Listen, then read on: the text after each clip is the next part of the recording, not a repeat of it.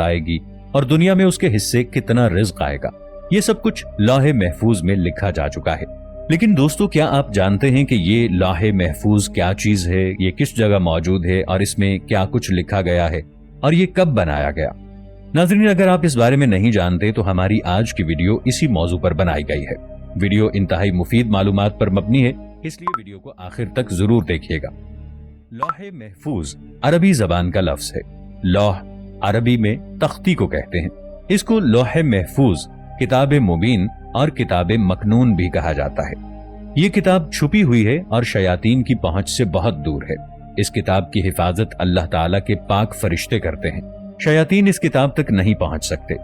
لوح محفوظ میں جو کچھ لکھا ہوا ہے وہ محفوظ ہے، یعنی اس کی حفاظت کی جاتی ہے اور اس میں کوئی تبدیلی نہیں کر سکتا۔ شیطان وہاں پر جا نہیں سکتے اور نہ ہی وہاں سے کوئی خبر حاصل کر سکتے ہیں، کیونکہ اس کا پہرا بہت سخت ہے۔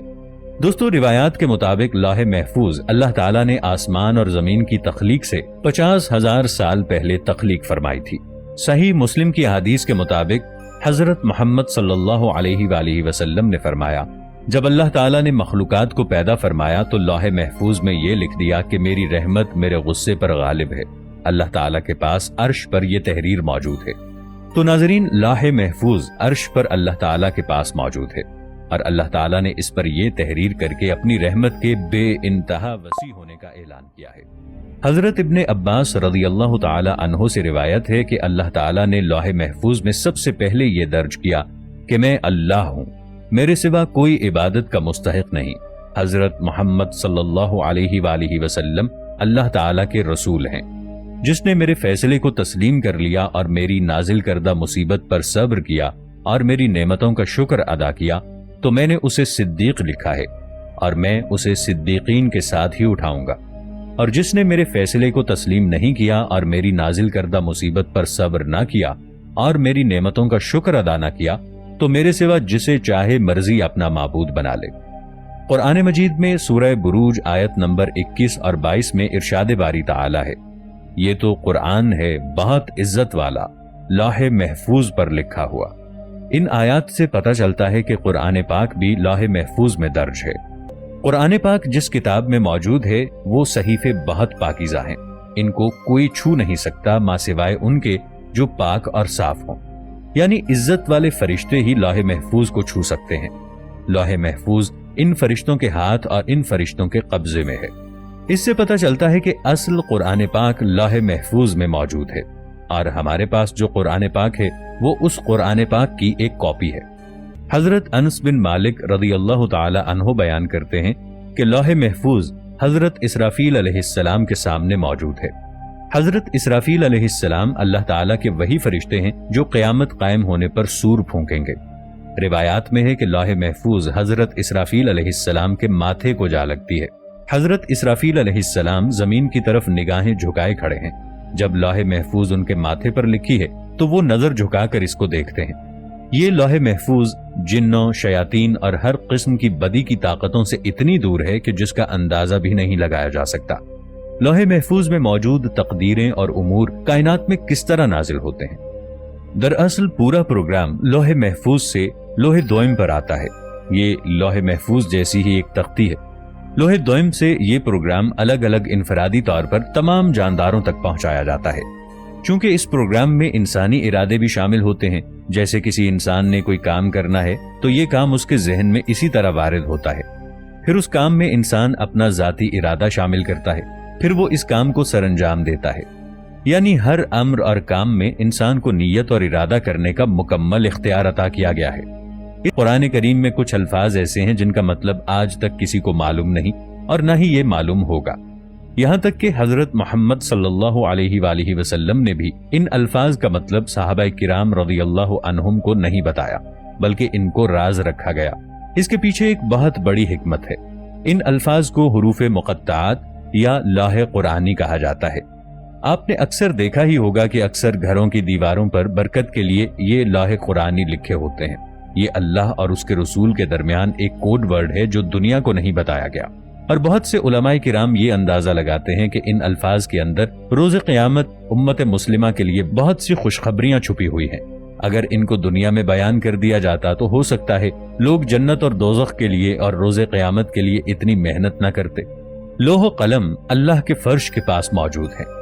دنیا اور کائنات کی کوئی بھی مخلوق اس میں سے کوئی علم چھین نہیں سکتی اور نہ ہی تبدیل کر سکتی ہے۔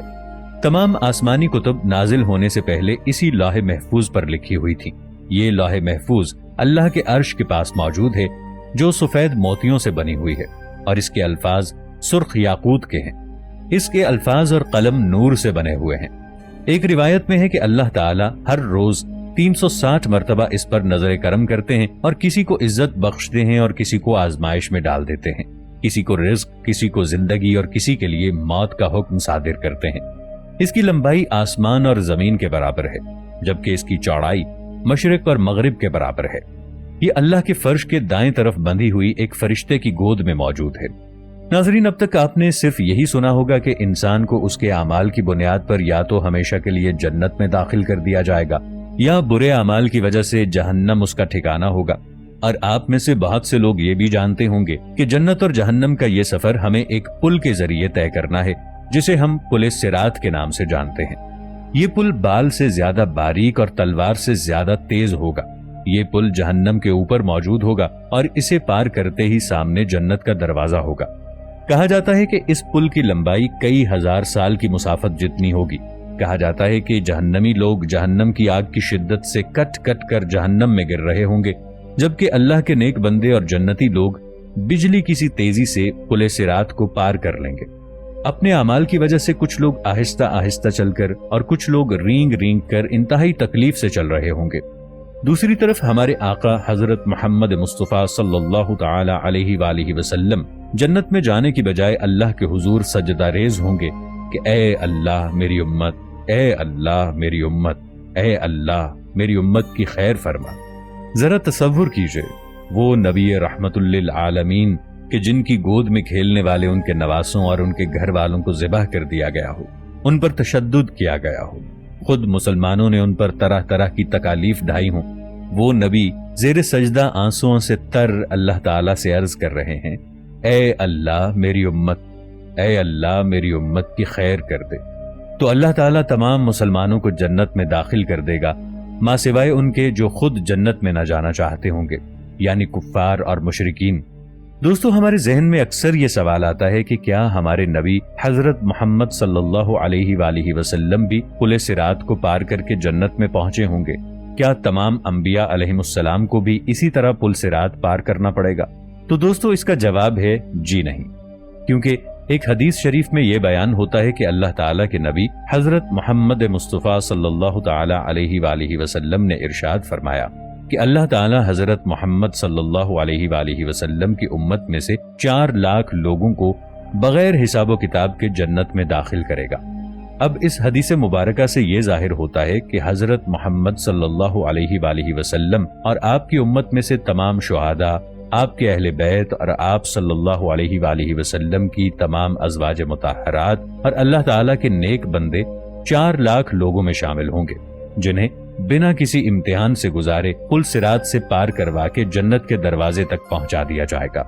پل صراط کے متعلق ایک بات یہ بھی ہے کہ یہ پل انتہائی اندھیرے میں واقع ہوگا۔ یہ جنت اور جہنم کے درمیان پہلے سے موجود نہیں ہوگا، بلکہ اسے اسی وقت لا کر رکھا جائے گا۔ جہنمی لوگ اپنے رشتہ داروں کو پل صراط کے اوپر سے کٹ کٹ کر اور تڑپ تڑپ کر گرتا ہوا اور مرتا ہوا دیکھیں گے، مگر کسی بھی شخص کو سوائے اپنی جان بچانے کے کسی دوسرے شخص کی کوئی پرواہ نہیں ہوگی۔ اللہ تعالیٰ سے یہی دعا ہے کہ اللہ تعالیٰ ہمیں پل صراط سے بآسانی گزرنے کی توفیق عطا فرمائے، اور لوح محفوظ میں ہماری یہ تقدیر لکھی جا چکی ہو کہ ہم جنت میں اپنے پیارے نبی حضرت محمد صلی اللہ علیہ وآلہ وسلم کے ساتھ ہوں۔ آمین۔